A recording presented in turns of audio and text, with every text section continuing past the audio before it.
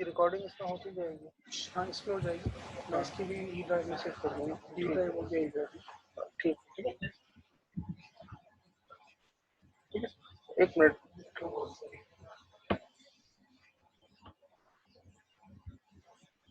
Admit तो कर चुके हैं ना हम सब। हाँ वही।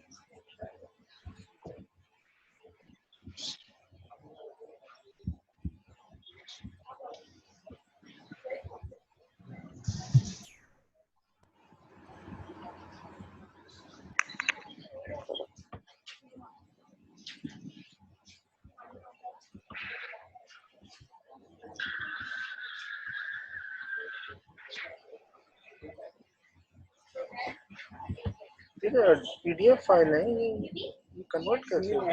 HTML प्लेन HTML नहीं, पीडीएफ फाइल PDF है। में हाँ, ये सारी ओपन पीडीएफ। मत कर।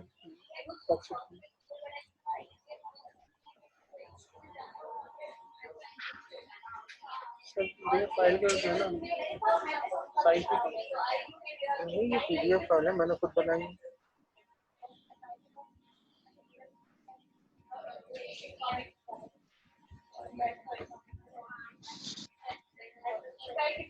ये पीडीएफ फाइल है, वरना तो खुलती नहीं है इसके अंदर। जी जी। ये तो हो गया ना, नमस्ते, ठीक है, आप जा सकते हैं।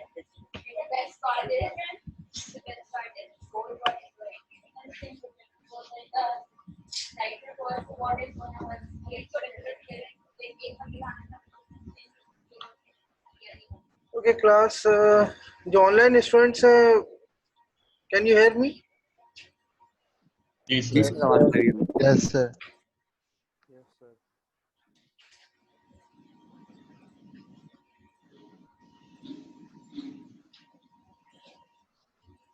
I just want to know that online students, मेरी आवाज पहुंच रही है आप तक? जी सर। Sir, Yes, sir, आ रही है। Yes, sir.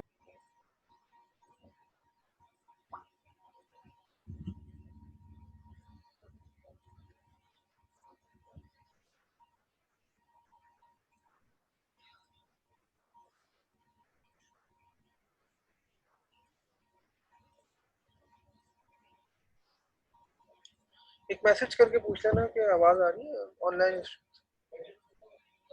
जी हाँ, Yes, sir, लाइट आ बंद रही कर। है। बस सिर्फ एक ये पूछ लो खाली कि ऑनलाइन स्टूडेंट्स, क्योंकि यहाँ पर वो Yes, sir, आ रही है। आ रही है सर, आ रही है।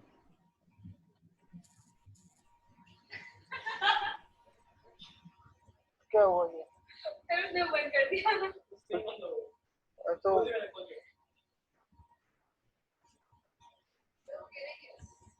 बस ठीक है।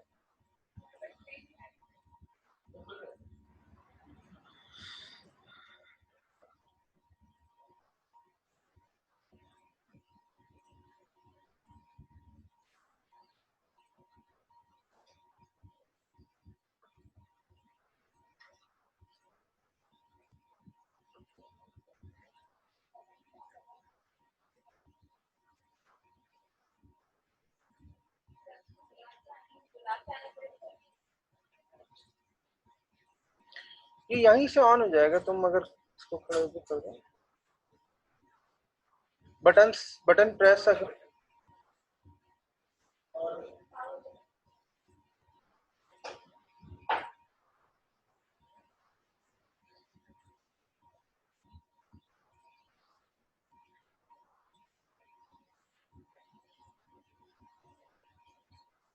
दो दफा प्रेस करो।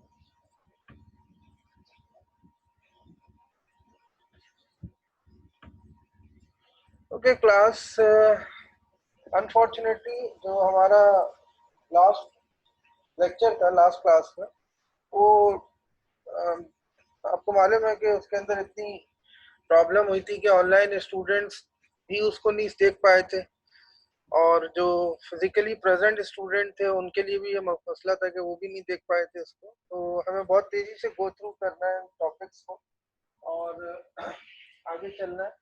लेक्चर 3 से मैंने स्टार्ट करना है, लेक्चर 2 कंप्लीट हो गया था आई थिंक, ठीक है, उसकी सारी डिटेल्स हमने देख ली थी। So right now we are going to discuss lecture number 3 and the first part is a histogram. So what about the histogram? It is a visual representation of a group frequency distribution.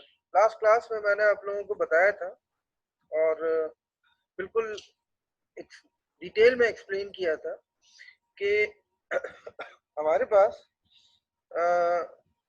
Data को represent करने के 3 simple method है। या तो हम frequency array से represent करेंगे, या फ्रीक्वेंसी डिस्ट्रीब्यूशन से रिप्रेजेंट करेंगे, या विजुअल रिप्रेजेंटेशन होगी, डायग्रामेटिक रिप्रेजेंटेशन। इन तीनों के लिए हमने फिर फ्रीक्वेंसी डिस्ट्रीब्यूशन के कुछ क्वेश्चंस अटेम्प्ट किए थे और देखा था कि how can we express our statistical data in terms of frequency distribution, simple frequency distribution, group frequency distribution, और आज हम इसकी विजुअल रिप्रेजेंटेशन देखेंगे। हिस्टोग्राम सबसे पहला है। इसमें देखिए ये कहते हैं कि ड्रॉ अ हिस्टोग्राम, एक हिस्टोग्राम आपने ड्रॉ करना है for the following frequency distribution. इस डिस्ट्रीब्यूशन के लिए डिस्ट्रीब्यूशन आपके सामने गिवन है, क्लास इंटरवल 2 से 3, 4 to 5, 10 to 11 तक, अप टू 10 to 11। कुछ फ्रीक्वेंसीज गिवन है, द टोटल फ्रीक्वेंसी इज 15। इसमें कोई चीज मेरे ख्याल में ऐसी नहीं है, सिर्फ क्वेश्चन गिवन था। अच्छा अब देखिए जब ये हो गया ना, तो हमें we want to draw the histogram. Histogram क्या है? विजुअल रिप्रेजेंटेशन है ग्रुप फ्रीक्वेंसी डिस्ट्रीब्यूशन की। ग्रुप फ्रीक्वेंसी के लिए मैंने एक काम ये किया कि 2 से 3 तक जो क्लास इंटरवल था उसको पहले मैंने क्लास बाउंड्रीज उसकी बनाई। क्लास बाउंड्रीज बनाने का प्रोसीजर ये है कि आप 0.5 को लेस करेंगे, 0.5 सब्ट्रैक्ट करेंगे लोअर क्लास बाउंड्री और अपर क्लास बाउंड्री के अंदर। तो मैंने वही किया कि 2 में 1.5 ऐसे आया कि -1.5 कर दिया, तो 0.5 पीछे ले गए। 3 के अंदर 3.5 कर दिया, 0.5 आगे ले गए। कंटिन्यूस हो गया, ये क्लास बाउंड्रीज बन गई और कंटिन्यूस हो गया। कंटिन्यूस होने के बाद देखिए आपके सामने मैंने क्या किया कि वो क्लास बाउंड्री जिसका इंटरवल 1.5 से 3.5 था इक्वल विड्थ के साथ, उसकी हाइट हमने रखी है 1, क्योंकि फ्रीक्वेंसी उस पर क्या है 1। तो ये देखिए ये एक लाइन मैंने ड्रॉ की है आपके सामने, ये लाइन, ठीक है, यानी ये लाइन से मुराद एक एक बार ड्रॉ किया है हिस्टोग्राम की फॉर्म में, और उसकी विड्थ मैंने 1.5 से 3.5 रखी है और हाइट इसकी मैंने 1 रखी है क्योंकि फ्रीक्वेंसी 1 आ रही है, ठीक है। अच्छा इसमें देखिए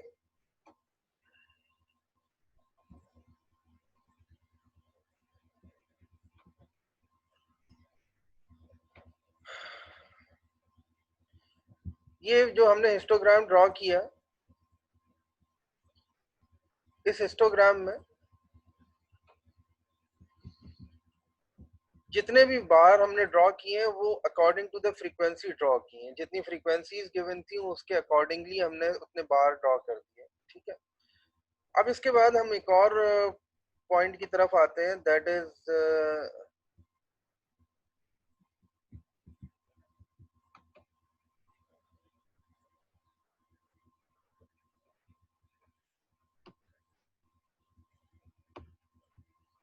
frequency polygon. So what about the frequency polygon? A frequency polygon is an alternative to histogram. ये histogram का alternative है, यानी उसके करस्पॉन्डिंग अगर हम देखें कि भाई अगर हम नहीं ड्रॉ कर रहे हिस्टोग्राम तो फिर क्या ड्रॉ करें, वो कहता है फ्रीक्वेंसी पॉलीगॉन ड्रॉ कर लो। that presents the what is the purpose of frequency polygon? It presents overall shape of distribution. क्या चीज प्रेजेंट करता है, क्या चीज एक्सप्लेन करता है? Overall shape of the distribution, जो पूरा शेप है डिस्ट्रीब्यूशन का उसको रिप्रेजेंट करता है। अब शेप कैसा हो सकता है? शेप के लिए ये बताते हैं कि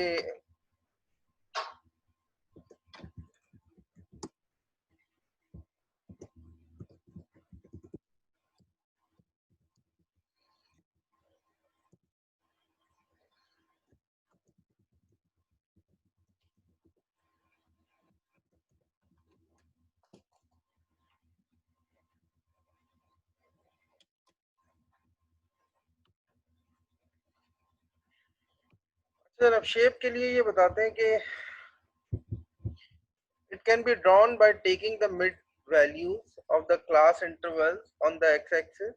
सबसे पहले तो ये करेंगे आपके फ्रीक्वेंसी पॉलीगॉन के लिए मिड वैल्यूज या मिडिल पॉइंट कैलकुलेट करेंगे। मिड पॉइंट कैलकुलेट करने के बाद जो वैल्यूज हैं उनको एक्स एक्सिस पे लेंगे और फ्रीक्वेंसीज को वाई एक्सिस पे लेंगे और ज्वाइन कर देंगे उन प्लॉटेड पॉइंट्स को, यानी वो जो मार्क किए होंगे आपने पॉइंट्स उनको ज्वाइन कर देंगे। तो वो जो ज्वाइनिंग के बाद after joining the plotted points by means of straight line, जब आप उसको ज्वाइन करेंगे तो जो शेप आपके सामने आएगा वो ओवरऑल शेप ऑफ डिस्ट्रीब्यूशन को रिप्रेजेंट कर रहा होगा और उसी को हम फ्रीक्वेंसी पॉलीगॉन कहते हैं। That is also known as the frequency polygon.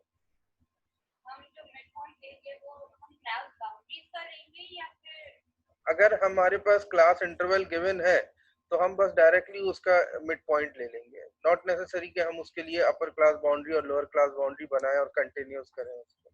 ठीक है, मिसाल के तौर पर आप देखिए ये था आपके सामने 4 to 6 6 to 8, ये ऑलरेडी गिवन था ना, कंटिन्यूस था, हमें बनाने की जरूरत ही नहीं है। कहने को मकसद समझ में आया आपको क्या कह रहे हैं? ये 4 to 6 है, 7 to 9 होता ना, अगर 7 to 9 का मतलब 6 और 7 के बीच के वैल्यूज मिसिंग है, तो फिर तो जाहिर सी बात है आपको बनाना पड़ता। हाँ, क्लास बाउंड्रीज बनाते हैं। अगर गैप आ रहा है तो गैप तो नहीं है ना यहाँ पर, तो कंटिन्यूस है। तो ये आपने फ्रीक्वेंसी कर्व के लिए देखिए पहले आपने क्या किया, इसके मिड पॉइंट कैलकुलेट किए। 4 to 6 के बीच का मिड पॉइंट कौन सा था? 5 था। तो 5 पर आपने एक पॉइंट बनाया होगा एक्स एक्सिस पर लेके और फ्रीक्वेंसी उसकी 2 रखी। ये आपको थोड़ा सा कंफ्यूजिंग नजर आ रहा होगा, जैसे लग रहा होगा कि 3 के ऊपर है, जबकि 3 पे नहीं है ये। अगर आप ऑब्जर्व करें उसको तो ये रफ स्केच है ना इसमें, इसलिए वैल्यूज इस तरह से आ रही है। तो ये मिड पॉइंट कैलकुलेट करके आपने फ्रीक्वेंसी पॉलीगॉन बना दिया। अच्छा, फ्रीक्वेंसी पॉलीगॉन के ऊपर अगर हम फ्री हैंड का मतलब है बस ऐसे ही उसको स्केच कर दें कर्व की फॉर्म में, तो वो जो चीज बनती है वो फ्रीक्वेंसी कर्व है। The difference between the frequency polygon and frequency curve is that frequency polygon draw by means of straight line and frequency curve is overlapping curve on the frequency polygon. Frequency polygon पे जो free hand से आप एक overlapping curve बनाते हैं उसको आप frequency curve कहते हैं। ठीक है। अच्छा, कुछ shapes of distribution, shapes of frequency curve, वो मुझे आपको बता रहे थे। देखिए वो जो आपने बताया था सिमेट्रिकल का मतलब होता है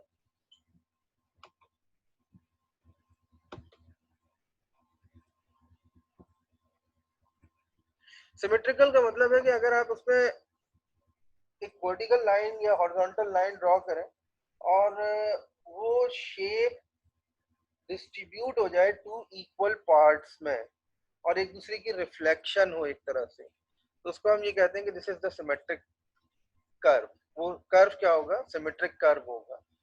जी बेटा, एग्जैक्टली नॉर्मल डिस्ट्रीब्यूशन है ये, लेकिन हमें पहले उसकी टर्मिनोलॉजी समझनी है कि सिमेट्रिसिटी क्या चीज होती है।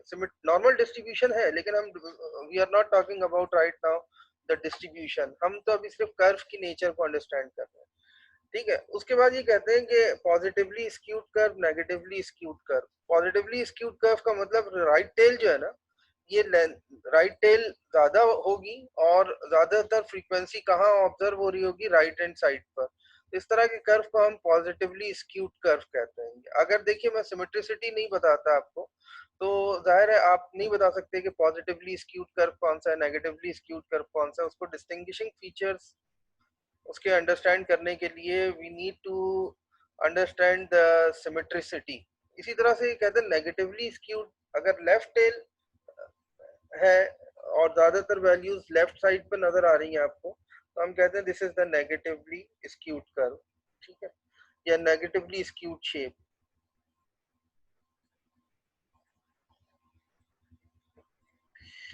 Cumulative frequency polygon. Cumulative frequency क्या है मेरे ख्याल बताने की जरूरत भी नहीं है, बल्कि आप सब लोग बहुत उससे अच्छी तरह वाकिफ होंगे कि नेक्स्ट फ्रीक्वेंसी जैसे जैसे अकर होती चली जाती है वो प्रीवियस फ्रीक्वेंसी में ऐड होती चली जाएगी और फिर उसके बाद आप ओवरऑल फ्रीक्वेंसी वही देखेंगे कि जो टोटल फ्रीक्वेंसी होती है at the end of cumulative frequency, आखिरी वैल्यू वही आएगी जो टोटल फ्रीक्वेंसी की वैल्यू होती है। तो अब जब हम उसको ड्रॉ करते हैं ना, तो देखिए इस तरह से ड्रॉ हो सकता है, या तो हम मिनिमम से मैक्सिमम की तरफ जाएं या फिर मैक्सिमम से मिनिमम की तरफ आए। अगर हम मिनिमम से मैक्सिमम की तरफ जा रहे हैं तो फिर कर्व जो बनेगा वो फॉर लेस देन का कर्व बनेगा। अगर हम मैक्सिमम से मिनिमम की तरफ आ रहे हैं यानी ऊपर से नीचे की तरफ आ रहे हैं, ठीक है, तो अब जो कर्व बनेगा वो फॉर मोर देन का कर्व बनेगा।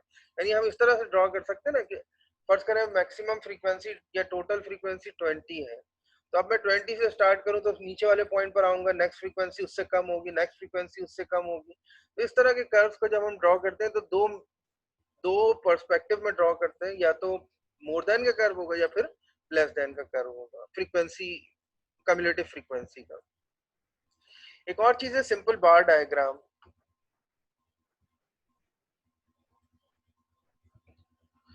Simple bar diagram, the height of each bar is directly proportional to the magnitude of the variable. जो भी variable है उसका जो magnitude है उस magnitude से directly proportion होगा। Each bar is directly proportional, height of each bar, हर बार की height, आप बार draw करेंगे, उस बार की जो height होगी वो डायरेक्टली प्रोपोर्शन होगी मैग्नीट्यूड ऑफ द वेरिएबल, जो भी मैग्नीट्यूड वेरिएबल का दिया हुआ है, ठीक है। अब देखिए मैं आपके सामने एक एग्जांपल ड्रॉ करके दिखाता हूँ। यहाँ ये कहते हैं कि ईयर्स है आपके पास 1990 टू 1995 तक, ये को 5-6 साल दिए हैं इन्होंने। We have 6 years from 1990 to 1995 and we have sales value। Sales value क्या है 2022। फ्रीक्वेंसी एक तरह से आप ले लें, लेकिन ये फ्रीक्वेंसी नहीं है बल्कि उसका मैग्नीट्यूड है एक तरह से, ठीक है। अब इस मैग्नीट्यूड के अकॉर्डिंग हम बार डायग्राम, अगर सिंपल बार डायग्राम ड्रॉ करना चाहे तो अभी हमने क्या कहा था, मैग्नीट्यूड जो है वेरिएबल का डायरेक्टली प्रोपोर्शनल होगा हाइट उसके। तो 1990 का मैंने एक बार ड्रॉ किया और फिर उसके बाद उसकी जो वैल्यू थी, उस मैग्नीट्यूड था, उस मैग्नीट्यूड की हाइट पर मैंने वो बार डायग्राम बना दी, ठीक है। अच्छा, इसी तरह से नेक्स्ट के लिए हमने 1991, 1992, तो अगर देखें तो ये एक तरह से पॉजिटिवली स्क्यूड कर, सॉरी, जो ऊपर हमने कर्व देखा था उसकी टाइप क्या थी, ये नेगेटिवली स्क्यूड कर्व। देखिए अगर मैं इन पॉइंट्स को मिला दूं इस तरह से, एक कर्व ड्रॉ करूं इसके ऊपर, तो लेफ्ट टेल होगी ना इसकी, तो नेगेटिवली स्क्यूड कर्व बन रहा होगा हमारे पास। यानी फ्रीक्वेंसी डिस्ट्रीब्यूशन अगर देखें तो शेप ऑफ डिस्ट्रीब्यूशन में इंक्रीज हो रहा है एक तरह से, तो इसलिए हम इसको कहेंगे।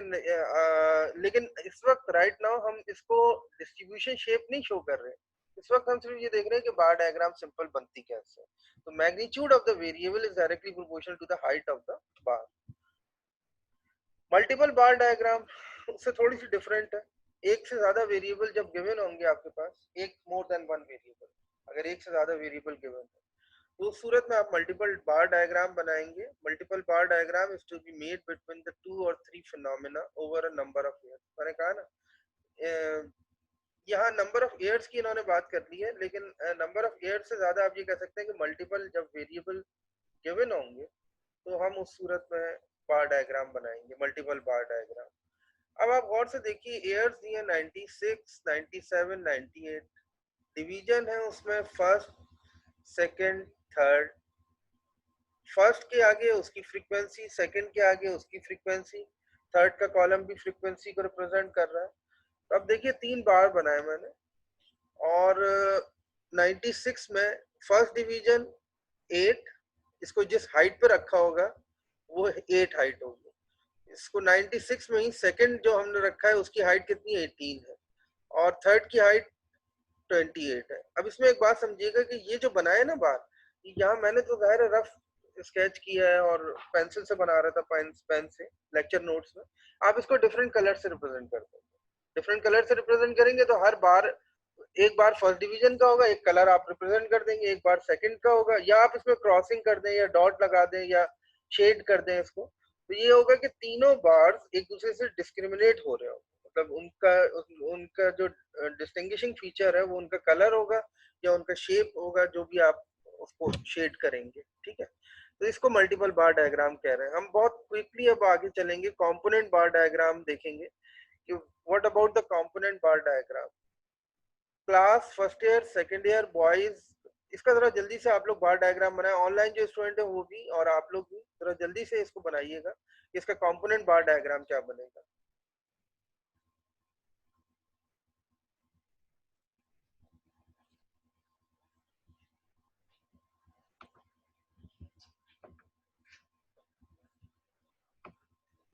जी बेटा, जी हाँ।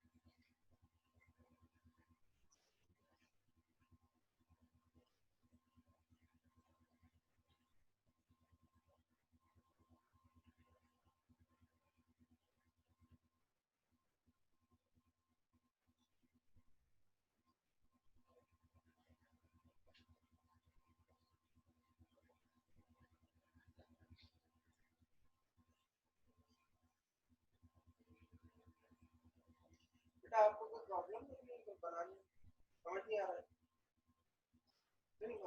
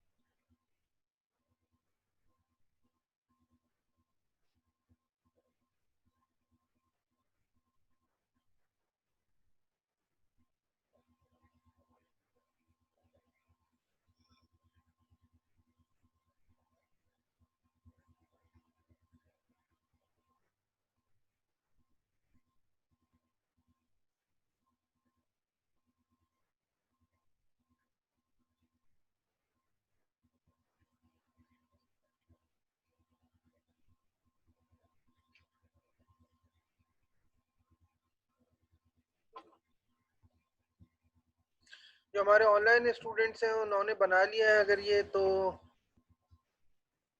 आगे चलते हैं।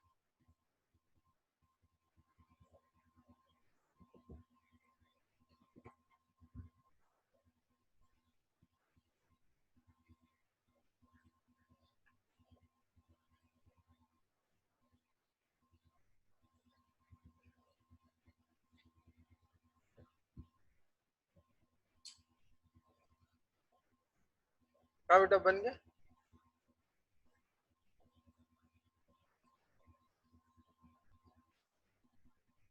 ओके फाइन, इससे जरा आप इसको कंपेयर कर लीजिएगा जो आप लोगों ने बनाया है, और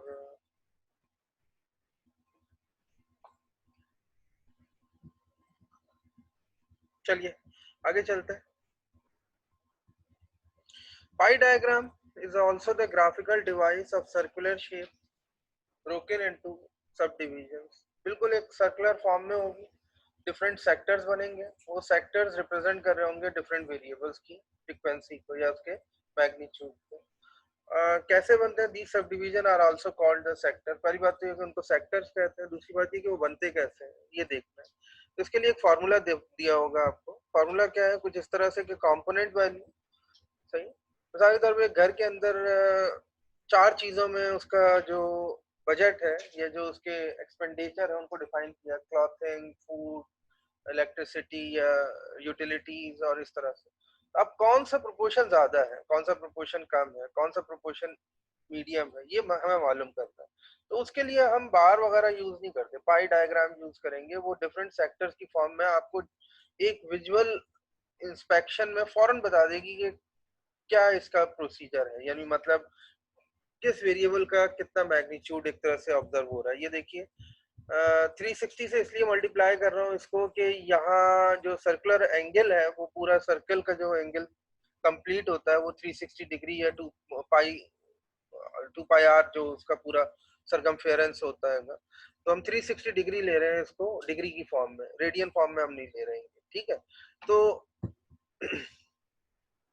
यहाँ देखिए ये इस तरह से था, मैंने एंगल कैलकुलेट किया, फूड एक्सपेंडिचर क्या है उसके आइटम्स और एक्सपेंडिचर, फूड वैल्यू 1200, 1000, 500, 300, सबके आगे उसके एंगल्स कैलकुलेट किए। 1200 कंपोनेंट वैल्यू हो गई, डिवाइडेड बाय 2000, 3000 उसकी टोटल वैल्यू हो गई, whole quantity multiply by 360 that is 144। ये चारों एंगल ड्रॉ कैलकुलेट किए and after calculation all these angles आप you will draw in a circular sector form कि वो एंगल्स जितने हैं उनको प्लॉट कर दें और उसके आगे उनके नाम बता दें, ये जो भी नाम है, ठीक है। तो इसके लिए हमने ये डायग्राम यूज की थी। ये लेक्चर नंबर 3 हमारा कंप्लीट हो गया। अब हम जाएंगे लेक्चर नंबर 4 एंड 5 की तरफ, जो हमारा एक बड़ा इम्पोर्टेंट चैप्टर है। ये समझ लीजिए कि प्री रैक कंप्लीट हो गए, अब आपको थोड़ा सा एडवांस टॉपिक की तरफ जाना है। या एडवांस टॉपिक नहीं कहूंगा मैं उसको, मैं इससे सिंपल इतना कहूंगा कि जो फंडामेंटल्स थे रिप्रेजेंटेशन ऑफ द डेटा के वो हमने पढ़ लिए। डे 1 आपको मैं बार बार एक डेफिनेशन बता रहा था कि स्टैटिस्टिकल इन्फेरेंस या डिस्क्रिप्टिव स्टैटिस्टिक्स का डिफरेंस क्या है। डिस्क्रिप्टिव स्टैटिस्टिक्स में हम अंडरस्टैंड करते हैं कुछ टेक्निक्स और मेथड जो डेटा को एनालाइज करके उसके हिडन फैक्ट्स या हिडन इंफॉर्मेशन को या हिडन एट्रीब्यूट्स को सामने ले आए। This is the descriptive statistics. फिर जो वो सामने आती हैं चीजें उसको हमें इंटरप्रेट करना होता है इन terms of the real world scenario, तो उसको स्टैटिस्टिकल इन्फेरेंस कहते हैं। जब हम इसको रिप्रेजेंट कर रहे होते हैं तो रिप्रेजेंट करने के लिए डेटा तो इतना स्कैटर्ड होता है या इस फॉर्म में होगा कि आप न्यूमेरिकली उसको ऑब्जर्व नहीं कर पाएंगे। उसके लिए हम हेल्प लेते हैं विजुअल रिप्रेजेंटेशन की, और अभी हमने वो विजुअल रिप्रेजेंटेशन देखी, कभी कंपोनेंट बार डायग्राम, कभी सिंपल बार डायग्राम, कभी मल्टीपल बार डायग्राम और कभी पाई चार्ट की फॉर्म में, ठीक है। तो अब हम जाते हैं सेकंड चैप्टर दैट इज जो है हमारे पास measure of central tendency. Sir screen share हो रही।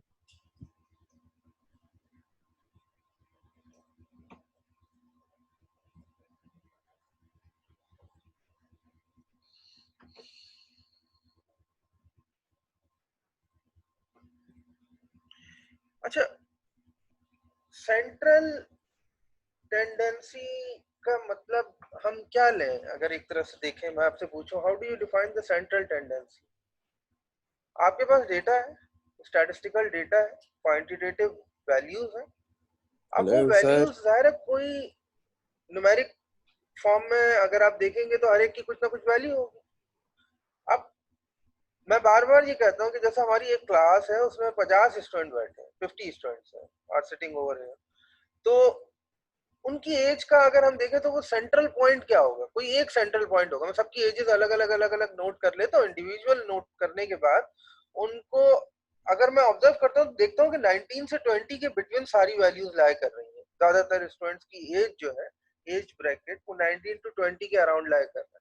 तो मैं एक सेंटर पॉइंट उसका बता दूंगा कि ये सेंटर पॉइंट है। 19 टू 20 अगर मोस्टली स्टूडेंट्स की एज रिपीट हो रही है तो मैं उसका सेंटर पॉइंट 50 नहीं बताऊंगा या मैं उसका सेंटर पॉइंट 5 नहीं बताऊंगा, ठीक है, वो तो उससे बहुत डेविएट कर रहा होगा। सेंट्रल पॉइंट 19 टू 20 के दरमियान कहीं आएगा, ठीक है।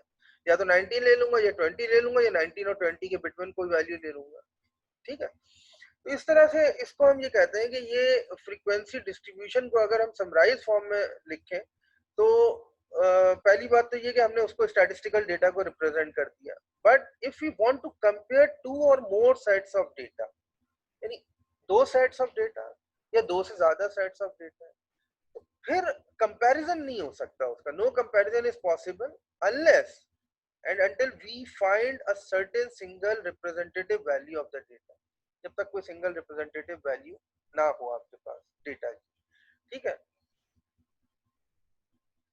The representative value is also known as the measure of central tendency, where most of the values of the data have a tendency to lie around it. वही बात जो मैंने अभी कही, most of the values वहां उसके around lie कर रहे हैं. Measure of central tendency is also called an average, and sometimes it is referred to a measure of location. इसको आप measure of location भी कहते हैं या average भी कहते हैं. Simple average या measure of location. ये जो average है इसकी 3 types होती है: simple, mean, median, mod. अब यहाँ देखिए आपको जो given है वो arithmetic mean given है, geometric mean, harmonic mean. We are not interested to find or examine the geometric mean and harmonic mean. मैं आपको go through करते वक्त ये बता दूंगा कि geometric mean और harmonic mean का क्या पर्पस होता है और कैसे कैलकुलेट होते हैं, लेकिन हमारा जो मेन फोकस है या फोकस होगा वो अरिथमेटिक मीन या सिंपल मीन पर होगा या मॉड पर होगा या मीडियन पर होगा. ये इन तीनों वैल्यूज पर हमारा फोकस होगा. So what about the arithmetic mean? असल में मैं कुछ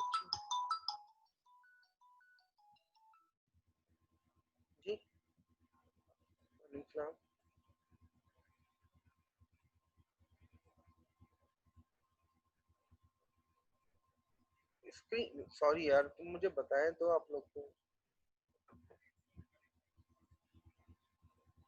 अच्छा ठीक ठीक है, मैं शेयर कर रहा हूँ.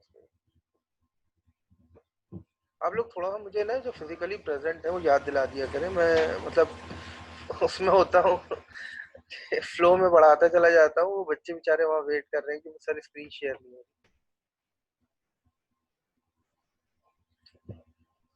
सॉरी आप लोगों को जिनके साथ स्क्रीन शेयर नहीं हुई थी, आई एम सॉरी. ये आ गया है. अच्छा बहरहाल अभी मैंने जो बात कही है, जो डिस्क्रिप्शन दिया वो जाहिर है आप लोगों तक पहुंच गया होगा. तो हम इंटरेस्टेड हैं अरिथमेटिक मीन, मॉड और मीडियन कैलकुलेट करने में. अब देखें अरिथमेटिक मीन क्या है. Is defined as the sum of observation divided by the number of observation. Sum of all observation divided by number of observation. I know very well कि you already know all these things in detail. मतलब बहुत detail में आप लोगों को ये चीजें मालूम होंगी, बट बार बार मैं एक ही बात कहता हूँ कि इंट्रोडक्शन टू स्टैटिस्टिक्स में these all are the parts of our course outline. तो अब ज़ाहिर है हमें उसको गो थ्रू तो करना है, क्योंकि यहाँ हो सकता है कुछ स्टूडेंट ऐसे भी हो जो इन चीजों से भी बिल्कुल अवेयर ना हो, जिनका फंडामेंटल बैकग्राउंड भी ये ना हो. सो दैट्स व्हाई हमारे बल्कि इस पे जब डिस्कशन होता है इस कोर्स के के बारे में कि यार इंट्रोडक्शन टू स्टैटिस्टिक्स में स्टूडेंट्स के लिए क्या चीज डिजाइन करें, तो क्योंकि मोस्टली ये बच्चे पढ़ के तो आते हैं ए लेवल्स ओ लेवल्स में, अगर S1 S2 भी किसी ने पढ़ा हुआ है या फंडामेंटल स्टैटिस्टिक्स भी पढ़ी तो ये सारे चीजें तो उसके अंदर है. लेकिन हमारे कुछ इंटरमीडिएट के स्टूडेंट्स हैं जिन्होंने स्टैटिस्टिक्स कभी नहीं पढ़ी होती. ओ लेवल्स में कुछ स्टूडेंट्स ऐसे होते हैं जिन्होंने कभी इस एंगल से नहीं पढ़ा होता. तो ये सारी चीजें बहरहाल हमें देखनी होंगी. अब मेजर ऑफ सेंट्रल टेंडेंसी में हम आगे जब जाएंगे तो अगला टॉपिक आएगा मेजर ऑफ डिस्पर्जन का. तो वो मेजर ऑफ डिस्पर्जन में आप देखेंगे कि हम जैसे जैसे स्टडी करते जा रहे हैं हमें ये पता चलता जा रहा है कि यार मुख्तलिफ वेरिएबल्स के दरमियान या मुख्तलिफ डेटा सेट्स के दरमियान जो वेरिएशन है वो हमें कितने पर्सपेक्टिव बताती है, कितने मतलब सिग्निफिकेंटली वो डिस्टिंग्विश करती है कि एक डेटा सेट दूसरे डेटा सेट के अकॉर्डिंग कितना वेरी कर रहा है और उसके क्या एट्रीब्यूट्स हैं, डिफरेंस एट्रीब्यूट्स हैं.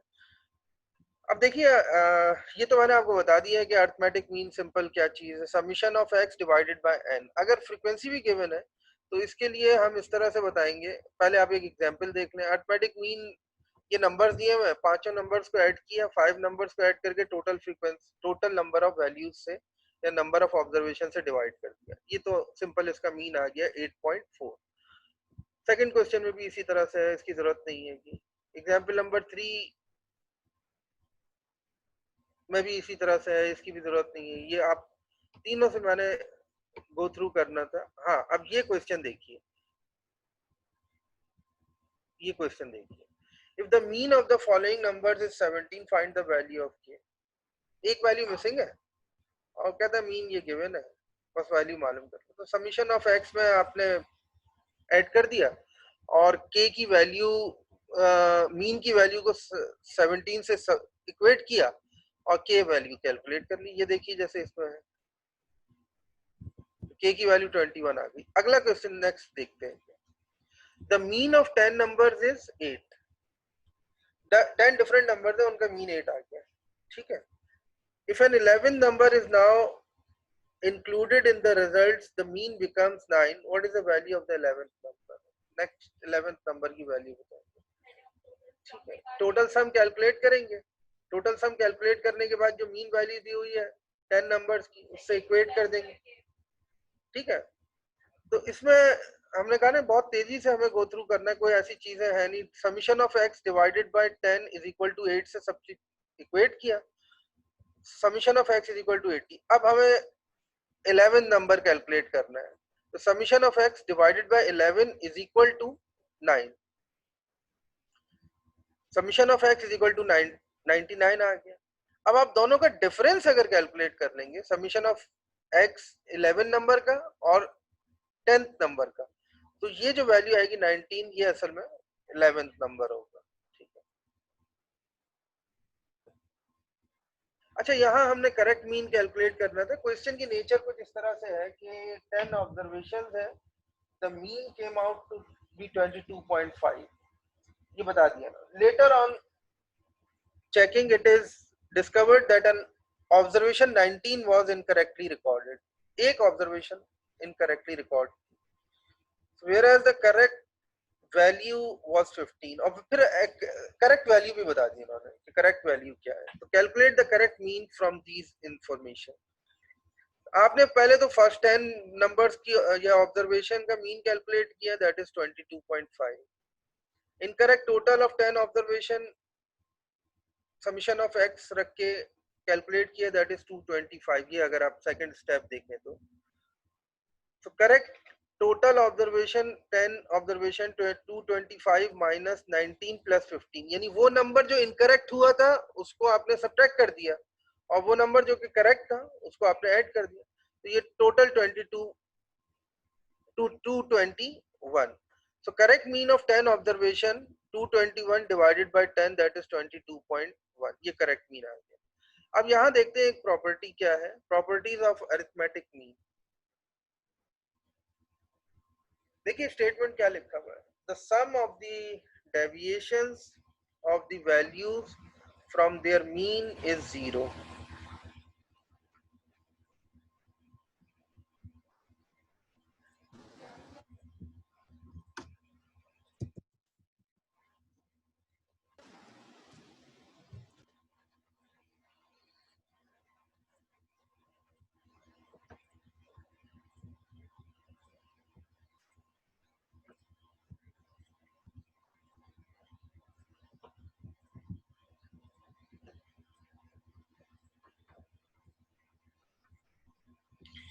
देखिए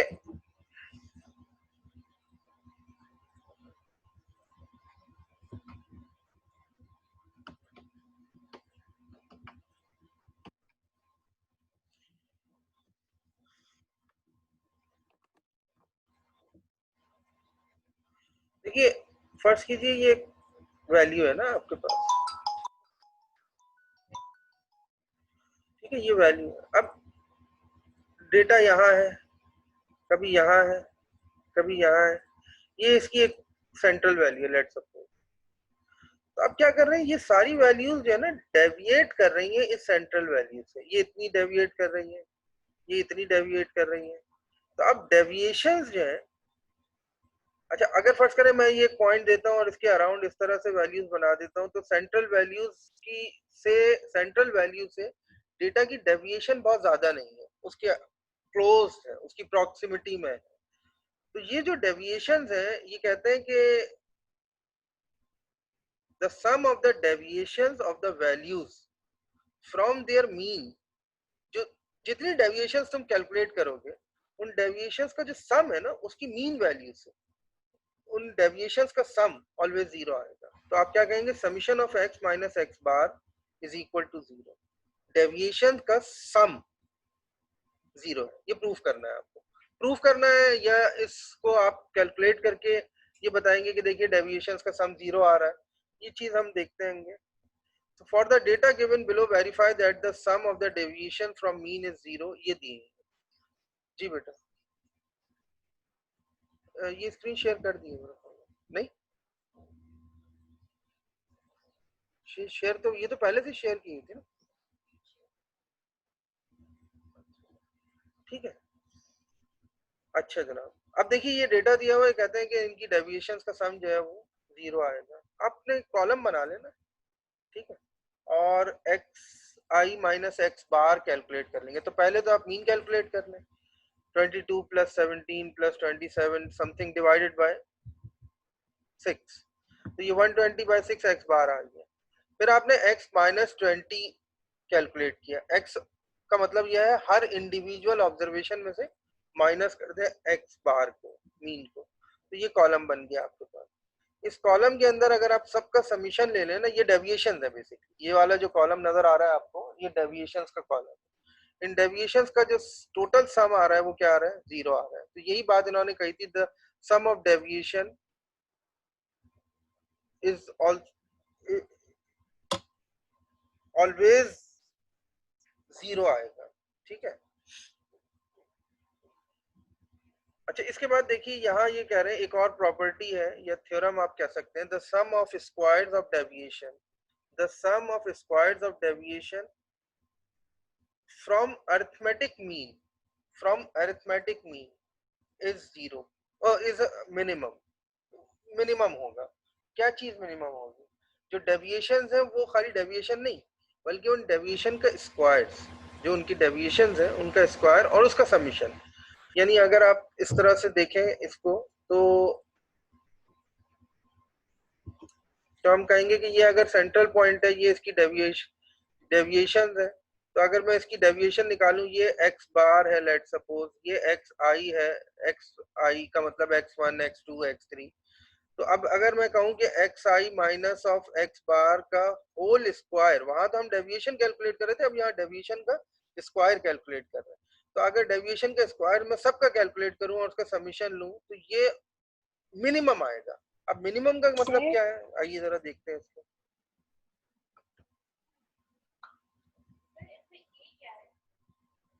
A is कांस्टेंट वैल्यू, कोई भी एनी कांस्टेंट वैल्यू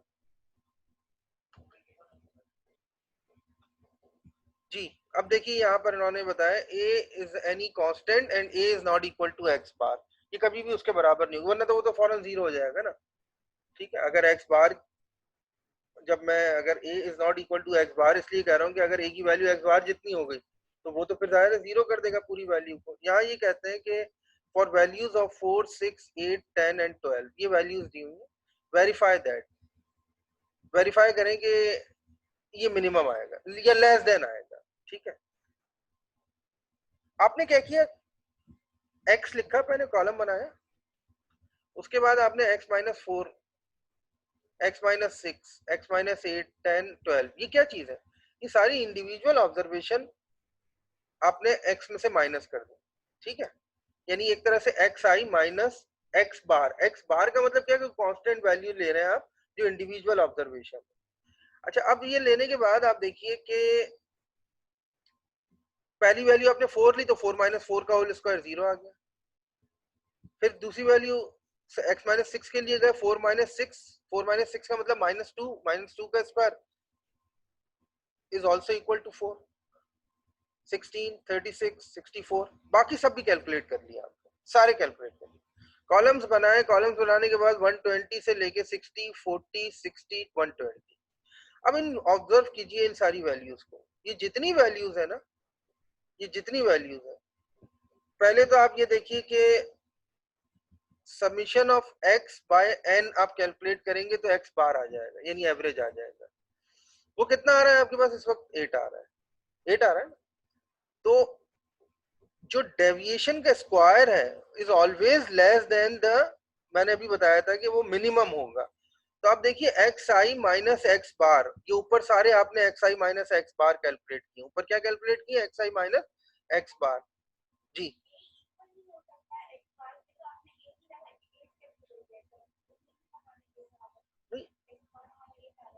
एक्स बार हमारा 8 आ रहा है ना।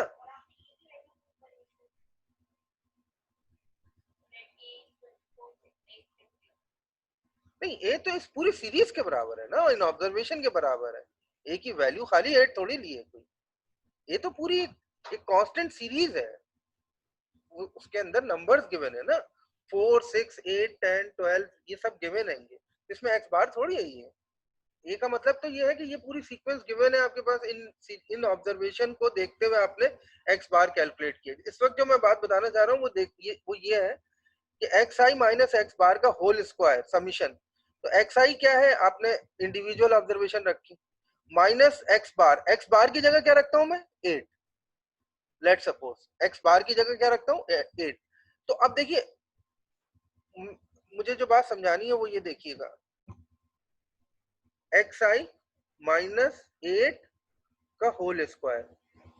अब कोई भी इंडिविजुअल ऑब्जर्वेशन में लो, ऑब्जर्वेशन क्या थी हमारे पास? 2 4 6 8 10 12 ऐसी थी ना ये ऑब्जर्वेशन। कोई भी एक वैल्यू रैंडम उठा लें, 6 माइनस 8 का होल स्क्वायर उठा लें लेट सपोज, तो ये आंसर क्या आ रहा है आपके पास? 4 आ रहा है। अच्छा, अब यहाँ डेविएशन का जो वैल्यूज थी जो मैंने यहाँ कैलकुलेट की थी, उसमें देखिए कोई वैल्यू भी इससे ग्रेटर नहीं हो, इससे लेसर नहीं हो सकती, हर वैल्यू उससे ग्रेटर आ रही है, यानी 120 भी ग्रेटर है, 60 भी ग्रेटर है, ठीक है। जितनी वैल्यूज यहाँ गिवन है वो सारी की सारी ग्रेटर वैल्यू है एक्स आई माइनस 8 के होल स्क्वायर से। तो इससे ये प्रूफ होता है कि जो डेविएशन का स्क्वायर है उनका जो समीशन है वो ऑलवेज मिनिमम वैल्यू आती है, मिनिमम क्वांटिटी आती है। अभी इसको मैं और एग्जांपल से एक्सप्लेन करूंगा आगे के किस तरह हम इस थ्योरम को यूज करेंगे। ये एक प्रॉपर्टी है, इन प्रॉपर्टीज को आपने इसलिए भी समझना है कि ऑब्जेक्टिव पॉइंट ऑफ व्यू से जब हम चीजें डिस्कस करेंगे तो उस वक्त यही प्रॉपर्टीज है या ये की पॉइंट्स हैं जो आपको गिवन होंगे, और आपने मल्टीपल चॉइस क्वेश्चन हो या फिल इन द ब्लैंक्स हो या ट्रू एंड फॉल्स हो, वो आपने अटेम्प्ट करने होंगे इसी बेसिस पर। यहाँ ये कहते हैं कि if arithmetic mean of n1 values for a set of data is x bar, n1 values का मतलब कोई एक डेटा सेट दिया हुआ और उसके अंदर ऑब्जर्वेशंस है n1, n1 का मतलब कोई भी नंबर ऑफ ऑब्जर्वेशंस हो सकते हैं, 10 12 15। अरिथमेटिक मीन n2 वैल्यूज का एक और डेटा सेट लिया, उसके अंदर जो ऑब्जर्वेशन है वो n2 है और उसका बार उसका जो एवरेज है वो x2 बार है। Then the arithmetic mean of n1 plus n2, अगर दोनों डेटा सेट्स की ऑब्जर्वेशन जो टोटल नंबर्स है n1 plus n2, values of two sets of data is called the combined mean, और आप उसका कंबाइंड मीन कैलकुलेट करना चाह रहे हैं तो वो इस फॉर्मूले से कैलकुलेट होगा, और वो फॉर्मूला क्या है? x bar is equal to n1 x1 bar plus n2 x2 bar divided by n1 plus n2। ये सिंपल कंबाइंड मीन कैलकुलेट करने का फॉर्मूला है, ठीक है। अच्छा, अगर मैं 3 डेटा सेट्स की बात कर लूं, n1 observation, n2 observation, n3 observation, x1 बार, x2 बार, x3 बार, तो सिंपल क्या क्या होगा? n1 x1 plus n2 x2 bar plus n3 x3 bar divided by n1 plus n2 plus n। इसको जनरलाइज कर nth टर्म तक के लिए, इसको nth डेटा सेट्स के लिए इसको जनरलाइज कर लें तो कंबाइंड मीन आपके पास इस तरह से आ जाएगा, ठीक है। ये क्वेश्चन है, the mean height of 45 students of a class is 60 and the mean height of 55 students of another class is 57। दोनों चीजें दी हुई हैं, n1 x1 bar plus n2 x2 बार, दोनों चीजें दी हैं। Find the overall mean height of the 100 student. Overall height बताइए 100 students की, वो फॉर्मूला प्लग कर दें, आपकी वैल्यू आ जाएगी। ठीक है, इसमें नेक्स्ट क्वेश्चन में दिया है 3 groups n1 n2 n3, x1 x2 x3, x1 का बार, x2 का बार, x3 का बार। जहां 2 का कैलकुलेट किया था वहां 3 का कैलकुलेट कर लेंगे, जस्ट, और कुछ नहीं करना है इसमें।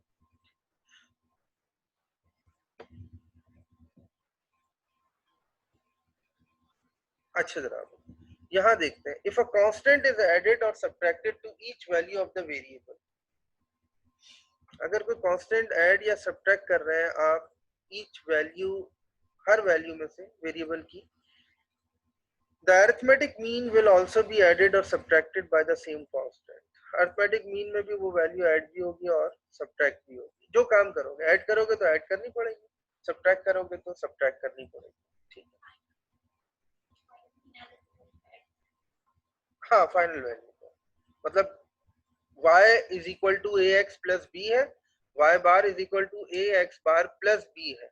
अगर b प्लस कर रहे हो तो उसमें भी प्लस करना होगा, b माइनस कर रहे हो तो एवरेज में से भी माइनस करना होगा। देखिए यहाँ इन्होंने ये बताया कि if y is equal to x minus b, where b is any constant, then y bar is equal to x bar minus b। if y is equal to x plus b, then y bar is equal to x bar plus। ठीक है ना। अच्छा, अब देखिए divide के लिए भी उन्होंने बताया कि वही काम होगा कि अगर फर्ज करो तुम डिवाइड कर रहे हो तो x अपॉन c होगा, तो y bar is equal to x bar upon c हो जाएगा, और ये प्लस माइनस के साथ इन्होंने शो कर दिया। अब देखिए नेक्स्ट एक क्वेश्चन देखते हैं ये।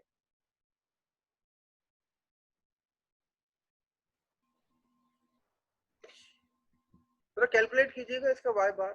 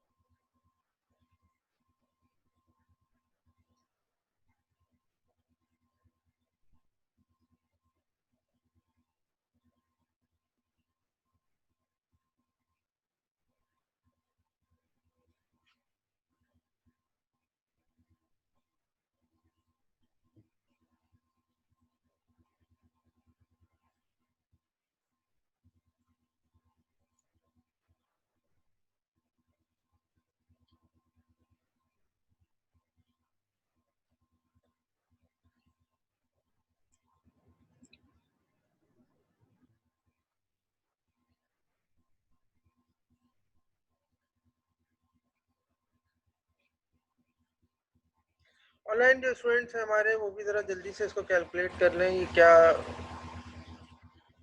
मीन प्राइस पर वीक क्या आ रहे हैं, और अगर y 2x plus 3 है देन फाइंड y बार।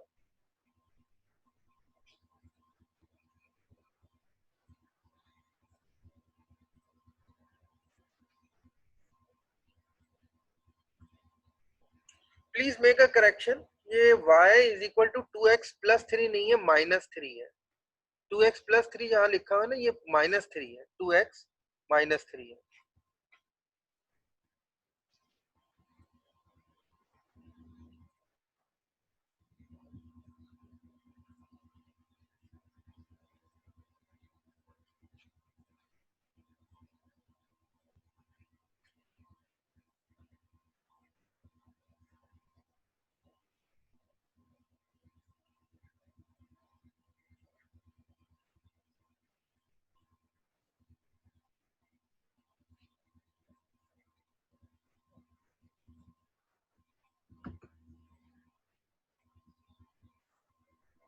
जी, उसामा ने ये कहा है कि इज इट 43? यस 43, 43 आ रहा होगा ना। हाँ,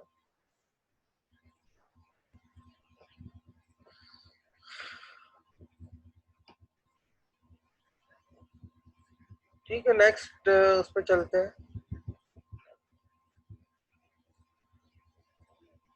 या 43 आ रहा है ना? ठीक।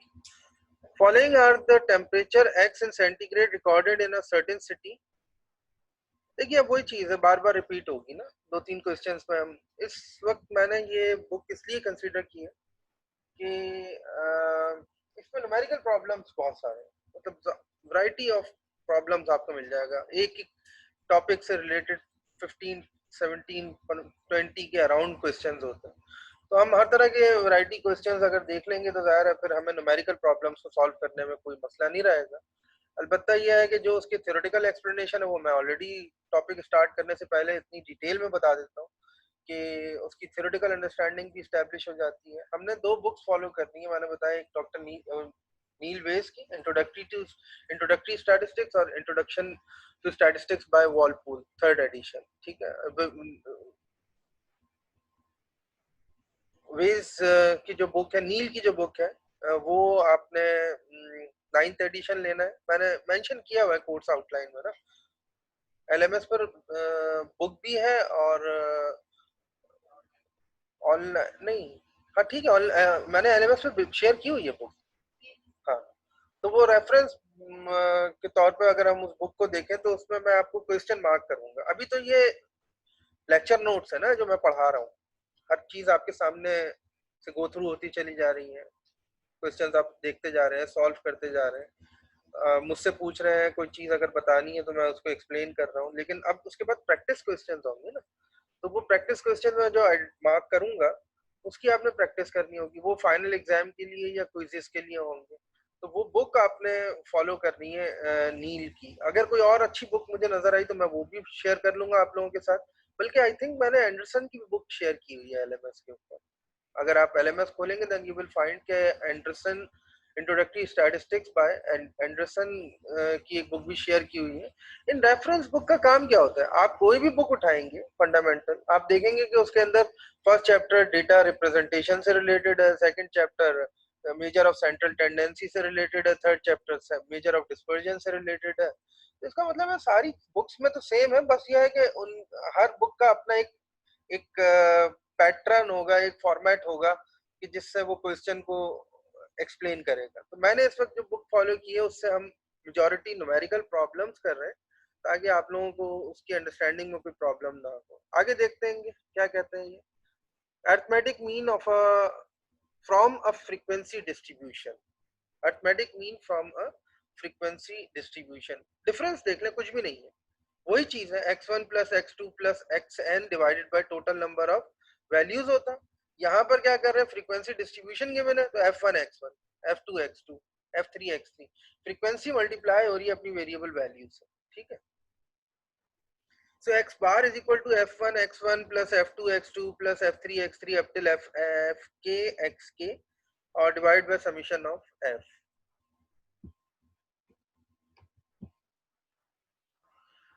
देखिए ये क्वेश्चन दिया हुआ है, कहते हैं from the following data sales rounded to the nearest 100 rupees on 25 days find the mean sales per day. Mean sales per day मालूम करनी है। ये क्या है, नंबर ऑफ डेज है। ठीक है, तो नंबर ऑफ डेज को आपने किस कॉलम में लिखा है, एफ के। अच्छा, एक्स क्या है, ऑब्जर्वेशन है, x1 x2 x3 x4 x5 ये दी हुई है, ऑब्जर्वेशन ही कॉलम में लिखी। एफ एक्स कैलकुलेट कर लिया, 1650 मल्टीप्लाई बाय 3, क्यों, क्योंकि f1 x1 करना था, तो f1 x1 यानी 50 1650 बाय 3, f2 x2 मतलब 1900 बाय 5 एंड सो ऑन। तो ये fx का कॉलम बन गया। समीशन ऑफ fx निकालनी है, समीशन ऑफ fx आ रहा है 5250 divided by summation of f यानी f1 plus f2 plus f3, तो ये सारा समीशन ऑफ f का column 25, 50250 divide by 25 that is equal to 210। ये आपने जस्ट एवरेज कैलकुलेट किया है फ्रीक्वेंसी डिस्ट्रीब्यूशन से, फ्रीक्वेंसी डिस्ट्रीब्यूशन की हेल्प से। यहाँ पर ये कह रहे हैं कि अरिथमेटिक मीन की प्रॉपर्टी यूज करते हुए find the average income from the following data, also find the mean of y if y is equal to 2x minus 100। अब देखिए x बार आपको कैलकुलेट करना होगा ना, तो x बार आप कैलकुलेट करेंगे, कैसे कैलकुलेट करेंगे? इसी फॉर्मूले से f1 x1 plus f2 x2। ये 6 वैल्यूज हैं बिल्कुल, 6 ऑब्जर्वेशंस के लिए f6 x6 तक आप चले जाएंगे। टोटल फ्रीक्वेंसी का जो सम आ रहा होगा वो आपके पास 6 प्लस 2 8 प्लस 10 और 13 आ रहा होगा। अब इसके बाद आपने ये कैलकुलेट किया 4990, ये आ गया आपके पास 383.85। y बराबर था 2x माइनस 100 के। y बार किसके बराबर होगा? 2x बार माइनस 100 के। 2x बार, x बार ऊपर से आ चुका है, कैलकुलेट कर लें 667.70, ये वैल्यू आ जाएगी अर्थमेटिक मीन की, y अगर 2x माइनस 100 है।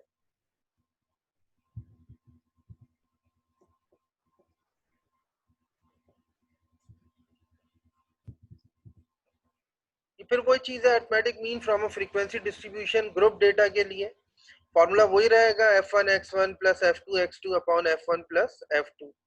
मैं चाहता हूँ ये वाला क्वेश्चन आप नहीं, बल्कि सिंपल है, रहने दें, इसकी कोई जरूरत नहीं।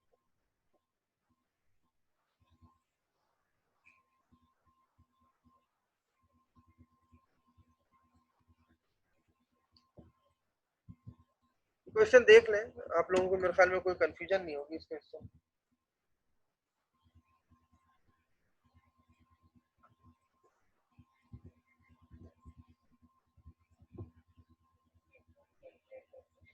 मिड पॉइंट आपने कैलकुलेट किया है, मिड पॉइंट कैलकुलेट करने के बाद एफएक्स कैलकुलेट किया है, 2 से 6 तक का मिड पॉइंट 4 कैलकुलेट हो गया, 7 से 11 तक का 9 कैलकुलेट हो गया। सारे मिड पॉइंट्स कैलकुलेट किया, एफएक्स कैलकुलेट किया, एफएक्स कैलकुलेट करने के बाद उसका समीशन ले लिया, टोटल फ्रीक्वेंसी का समीशन 30 आ रहा है, और इस तरह से आपने डिवाइड किया तो ये वैल्यू बन गई आपके पास 15। नेक्स्ट वाला आप लोग अटेम्प्ट कर लें, ये क्वेश्चन आप अटेम्प्ट कर लें। इसी वक्त एक आध क्वेश्चन अटेम्प्ट करने से, यानी एक या दो सिंगल क्वेश्चन आप अटेम्प्ट कर लेंगे तो सही होगा कि आपको फर्दर इसको देखने की जरूरत नहीं रहेगी।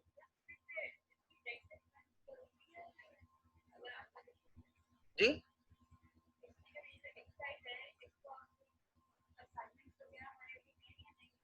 एक्सरसाइज से असाइनमेंट दूंगा ना मैं,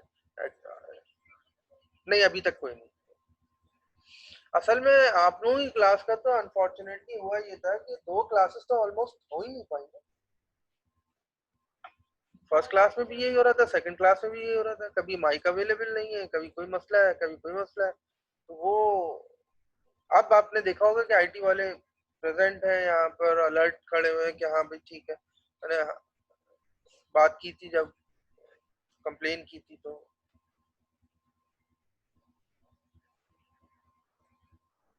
ये क्वेश्चन अटेम्प्ट करें बेटा।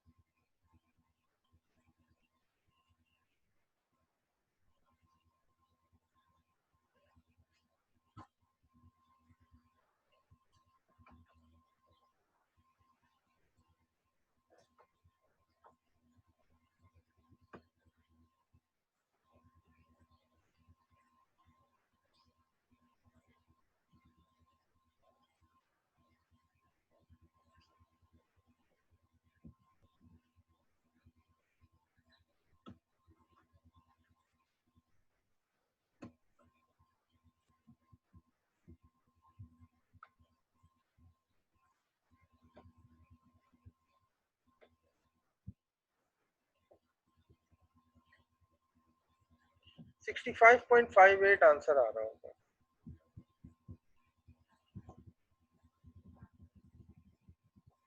65.58, ठीक है। अच्छा जनाब, इसको आज यहीं तक रखते हैं और नेक्स्ट क्लास में फिर यहीं से कंटिन्यू करेंगे। असाइनमेंट इंशाल्लाह अब नेक्स्ट वीक आपको या इस वीकेंड पर आपके पास आ जाएगा, एलएमएस पे अपलोड हो जाएगा, तो फिर उसको हम देख लेंगे। अभी अगर किसी ने रिकॉर्डिंग वगैरह लेनी है या कोई सवाल करना है, कोई किसी भी किस्म की क्वेरी है, तो वो काइंडली मुझसे डिस्कस कर सकते हैं।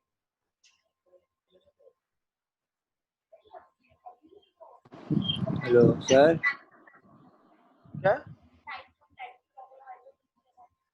नहीं, वो तो आपका स्टैटिस्टिकल इन्फेरेंस का पार्ट है। हमारे पास तो प्रोबेबिलिटी डिस्ट्रीब्यूशन है, probability types of distribution, Poisson वगैरह।